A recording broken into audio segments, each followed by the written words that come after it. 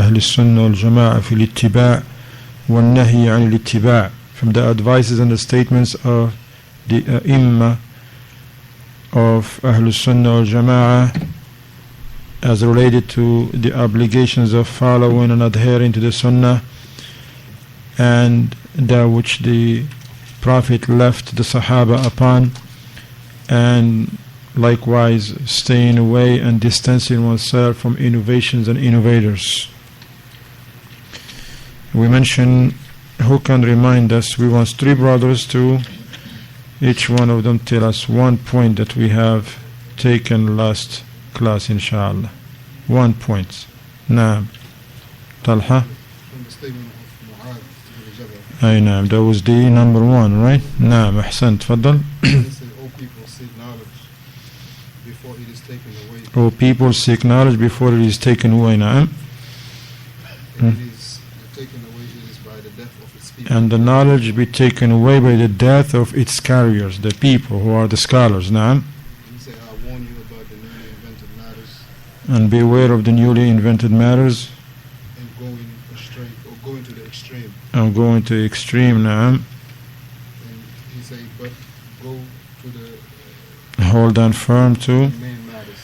hold on firm to the ancient matter, that which the Prophet ﷺ left the companions. Jazakallah khair, barakallahu feek. Another one. نعم. كنت هنا في الدرس. You weren't here last night? Okay, لا بأس. You were here. نعم. تفضل. The one of Abu Darda. Abu man? Abu Darda. Abu Darda. You remember what number was that? And number 4. Abu Darda. Okay, what he says. No, he's right. Number 4 or 5, yes. You have it as 9? No, it with me is like 5, but maybe I skipped 1. Tfaddal. What he said? You will only be upon the Sunnah if you hold on to the narration. Well, actually, that's true. But he says, لَن تَضِلَّ مَا أَخَذْتَ بِالْآثَارِ. You will not go astray as long as you hold on to the narrations. That's what he says. Which is, that's true, you be upon the Sunnah. But what his statement exactly is, you will not be misguided, you will not go astray if you hold on to narrations. So we have to understand holding to the narration, what does it mean? Does it mean, is it like I'm holding to my phone? What is it, holding to the narration now? Upon what the Sahaba, upon the Sunnah, the Quran and the Sunnah. The way Okay. of the Sahaba. That's not bad. That's a good thing what you just said. But we just want to know, how can I and you hold on firm to the Sunnah, to the narrations? Now, Talha. Implementation. That's a good start right there. What you said was absolutely correct, but doesn't apply on what I'm looking for. By applying the narrations. What else? Now. Stopping with the narration stops. Mm-hmm. Now. What else? I missed the one who narrated. No. I'm still looking for. Unless if you want us to move on, it's up to you. It's okay with me. We make things easy, inshallah. You want me to move on? Let's move on, alhamdulillah, because we're just going to move on to something good. But let me just say something, if you allow me, right?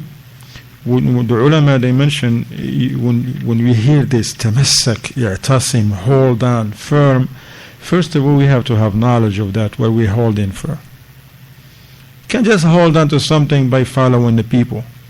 Because there are people that just hold on to something because they see somebody before him holding to it.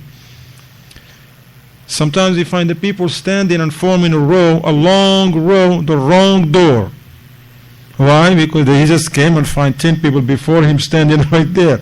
And before you know it, the person who opened the other door, the other side.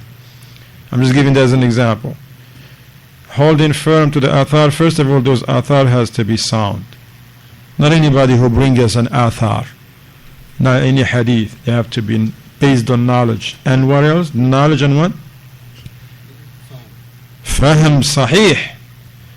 Not just anybody. There are people that they hold on to the narrations, but with their understanding. With the understanding of the Khawarij. With the understanding of the Sufis. With the understanding of Shia, with the understand text, with the understanding of Murji'ah, Mu'tazila, and so many deviant sects. Ikhwanis, Muslimin right now, Jama'at Tabligh, Haddadiyun, Hajuriyun, Halabiyun. They use a hadith too from Bukhari and Muslim, but with their understanding. Now we have to have the correct understanding. Now, تفضل. And then the implementation, of course, with sincerity, not the application, implementation for others. That's what's going to help us. So we learn first, make sure that what we learn we're taking it from proper sources, we have the correct understanding, and we have the application with sincerity, with ikhlas. That's what's going to help us. Aina.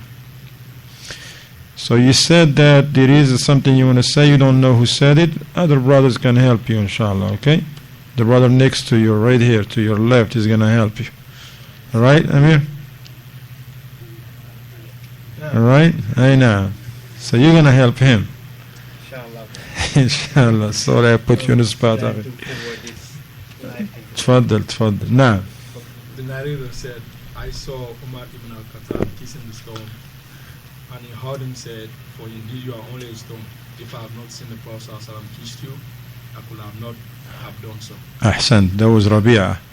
Abis ibn Rabi'ah. Oh, I'm sorry, I messed up. You're supposed to give that. Huh? You're supposed to, huh? You're supposed to give the name, but I give it away. Forgive me, I'll do that next time. No. I'm the one who's supposed to apologize, not you. Jazakumullah khair. Now, so let's continue, shall we? Alright? So what is the last point we mentioned? So because I have a lot of points in here and I was selecting. What is the last? Was it Ayyub Sakhtiyani or Awza'i? Al-Awza'i? We didn't mention Ayyub Sakhtiyani? Alright. So the last thing that Imam Al-Awza'i mentioned, he says, hold on firm to the athar of those who came before you, meaning the Sahaba. Even if the people reject you, they call you all names. But as long as you hold into what the Sahaba were upon, you're on the right path. And be aware and be cautious and be careful and be aware of the statements and the opinions of men, even if they beautify it for you. Because some mubtadi'ah, they're very eloquent, man. They present their case like you think that's it, this is it. I know. We continue, inshallah. I don't know what number it is, but what number, Talha? You have 12 already. Awza'i is 12? But Awza'i is only 10 in here. Alayin, tayyib. You write it, or everyone write according. I know. Ahsant. Tayyib. La bas. 12. This is going to be 12? This is going to be 12, okay. No, the book is okay. Because me, I skipped. Because I was skipping, I thought I'm going to be ahead of you guys. But, alayin. قال أيوب السختياني رحمه الله, one of the great scholars of the past, أيوب السختياني, he says, ما ازداد صاحب بدعة اجتهادا إلا ازداد من الله بعدا لا إله إلا الله. This is from the book البدع والنهي عنها لابن وضاح. He said, this great scholar from the Salaf, he says, whenever you find an innovator exerting much efforts upon his innovation, except that he makes him go further away from Allah subhanahu wa ta'ala. But to him, he thinking getting closer to Allah. That innovator now, he thinking getting closer to Allah, but in reality, that innovation get him nothing but far away from Allah subhanahu wa ta'ala. Now,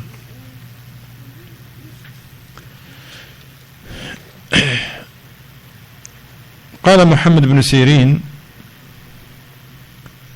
رحمه الله, كانوا يقولون ما دام على الأثر فهو على الطريق. Muhammad ibn Sirin is one of the great tabi'een, the one who has that famous statement, إن هذا العلم دين فانظروا عمن تأخذ دينكم.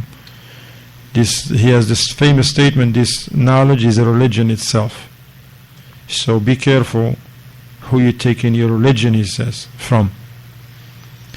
And he's one of the main students of Abu Huraira and others than him.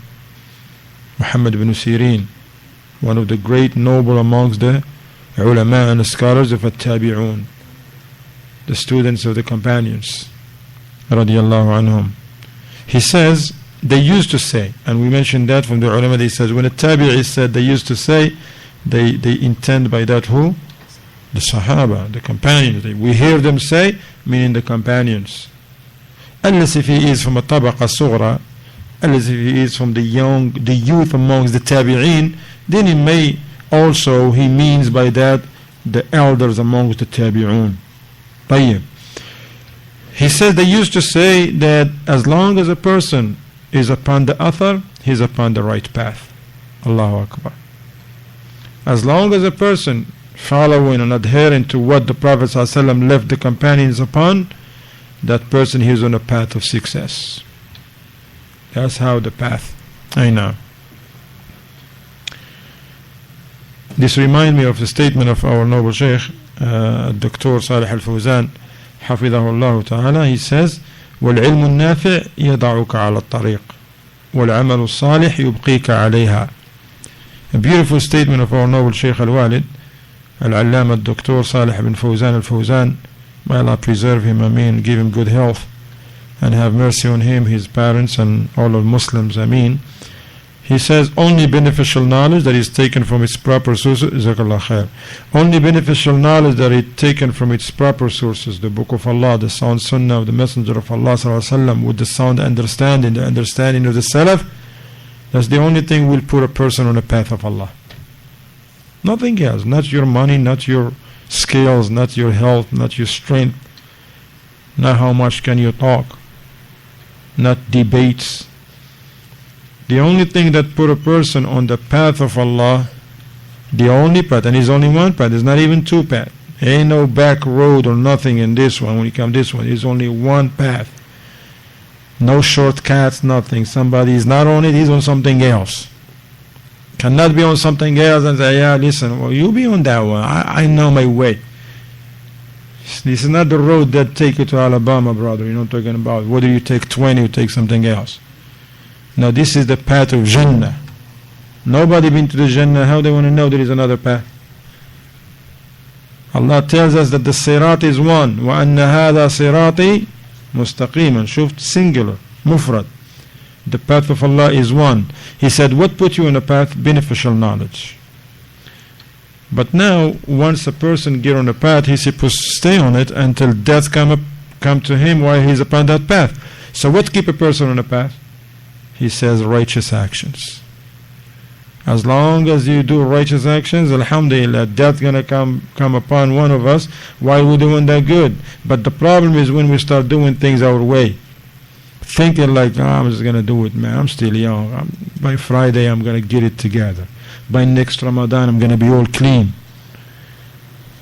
Death is certain, tomorrow is not. Alright? طيب. Another point, قال سفيان الثوري رحمه الله, and pay attention to this statement. This statement, I'm going to mention the statement, but I'm going to share something with you that is very important, inshallah ta'ala, as related to that. Sufyan al-Thawri from Atba' al-Tabi'een, from those noble generations that we're supposed to follow their example, and they are the best of the people. Sufyan ibn Sa'id al-Thawri, he was one of the great imams. Actually, he has his madhab was very famous madhab, like Abu Hanifa and Ahmad and Malik and Shafi'i was very famous. But then after a while, people did not apply it. But his knowledge, this man, he was one of the great scholars of Islam, Sufyan al-Thawri. When he says, "Al-bid'atu ahabbu ila iblis min al-ma'siyah." He says, innovation is more beloved to Iblis, Satan, than sin. Innovation is more beloved to Shaitan. So Shaitan is more pleased when he sees someone upon innovation, even if reading Quran. A person is praying, making dua, crying, but upon innovation, that's better to Shaitan than someone who's drinking alcohol. But somebody may like, what's this brother is talking about, man? Is he out of his mind? someone